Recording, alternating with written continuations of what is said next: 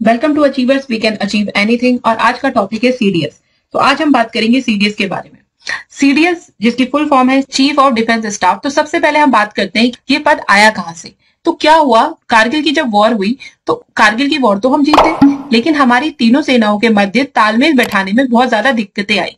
तो इन दिक्कतों को मद्देनजर रखते हुए एक मंत्रियों का समूह बनाया गया। 2001 में मंत्रियों के एक समूह ने इस पोस्ट की सिफारिश करी और ये वही समूह है जिसे कारगिल समीक्षा समिति की रिपोर्ट का अध्ययन करने का काम सौंपा गया था।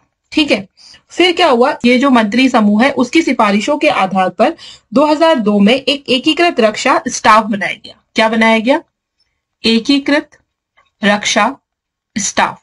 एकीकृत रक्षा स्टाफ बनाया गया जिसे भविष्य में सीडीएस के सचिवालय के रूप में कार्य करना था। फिर क्या हुआ, फिर 2012 में एक नरेश चंद्र समिति गठित की गई। 2012 में क्या गठित की गई?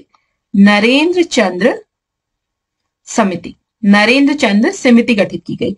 इसने क्या कहा? इसने कहा कि जो सीडीएस है वो COSC यानी कि चीफ ऑफ स्टाफ कमेटी का चेयरमैन होगा, अध्यक्ष होगा। अब ये जो चीफ ऑफ स्टाफ कमेटी है इसमें आपके 4 सदस्य होंगे। पहला तो होगा आपका सीडीएस और बाकी जो 3 मेंबर होंगे वो होंगे तीनों सेनाओं के प्रमुख, यानी कि आपकी इंडियन आर्मी, इंडियन नेवी और इंडियन एयरफोर्स। इन तीनों के प्रमुख और सीडीएस इस कमेटी के सदस्य होंगे और इसका चेयरमैन कौन होगा? आपका सीडीएस।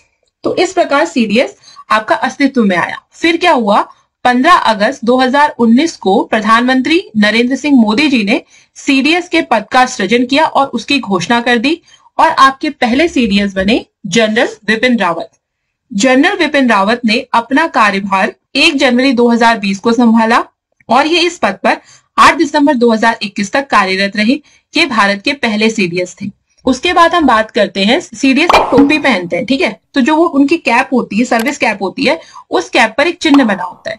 ये जो आपका चिन्ह है वो ये चिन्ह होता है, ठीक है। अब देखो आप इस चिन्ह को ध्यान से, तो इसमें आपको 2 तलवारें दिखेंगी। ये दोनों तलवारें इंडियन आर्मी को रिप्रेजेंट करती हैं, ठीक है। और इसमें आपको गरुड़ दिखेगा। ये गरुड़ आपके इंडियन एयरफोर्स को रिप्रेजेंट करता है। और इसमें जो आप ये एंकर देख रहे हैं, ये एंकर आपकी इंडियन नेवी को रिप्रेजेंट करता है। तो इस प्रकार जो सीडीएस जो है वो तीनों सेनाओं को रिप्रेजेंट करता है। अब हम बात करते हैं सीडीएस के कार्यों की। सीडीएस देखिए, जो सीडीएस है आपका वो पहला तो आपका क्या होगा? Permanent chairman of the chief of staff committee, यानी जो चीफ ऑफ स्टाफ कमेटी है उसका परमानेंट चेयरमैन होगा। तीनों सेनाओं के बीच आपसी तालमेल और सामंजस्य बैठाना और उनके पास जो भी संसाधन है उनका सबसे अच्छे तरीके से कैसे प्रयोग किया जाए, साथ में लाकर उन्हें, इस सबको कौन देखेगा? सीडीएस देखेगा। उसके बाद है head of newly created department of military affairs, military adviser of defence minister. Defence minister का मिलिट्री एडवाइजर कौन होगा? आपका सीडीएस होगा। न्यूक्लियर कमांड अथॉरिटी का भी एडवाइजर कौन होगा? सीडीएस होगा। उसके बाद मिनिस्ट्री ऑफ डिफेंस का प्रिंसिपल एडवाइजर कौन होगा? आपका सीडीएस होगा, ठीक है। यानी जो भी इनको मिलिट्री से रिलेटेड एडवाइस देनी है वो कौन देगा? सीडीएस देगा। उसके बाद single point military adviser to the government, यानी सरकार के लिए और प्रधानमंत्री के लिए सिंगल पॉइंट मिलिट्री एडवाइजर की तरह कौन कार्य करेगा? सीडीएस कार्य करेगा। CDS will not hold any military command, यानी सीडीएस किसी भी मिलिट्री को कोई कमांड नहीं दे सकता, लेकिन जो मिलिट्री के चीफ है, जो उनके प्रमुख होते हैं, उनको ये निर्देश दे सकता है।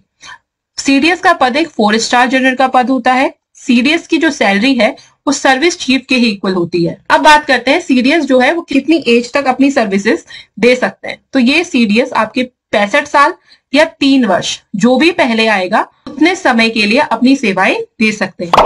पहले सीडीएस थे आपके जनरल विपिन रावत और आपके वर्तमान में सीडीएस है आपके जनरल अनिल चौहान।